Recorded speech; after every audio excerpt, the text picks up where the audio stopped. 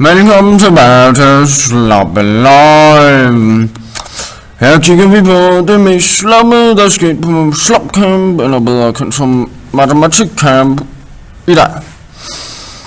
Vi har hørt, at der har været en sloppy gæsteforelæser, og vi har også hørt, at der har været noget sloppy valgfag og nogle sloppy projekter. Men allermest var der også noget meget sloppy høvdingebold. Vi så, at der var nogle meget sloppy tabere, og de endte med at være meget sloppy. Så til sidst havde vi også en meget sloppy fest, hvor der blev sloppet ud over alle gæsterne. Hvad det betyder er jeg ikke helt sikker på, men det er i hvert fald slappet.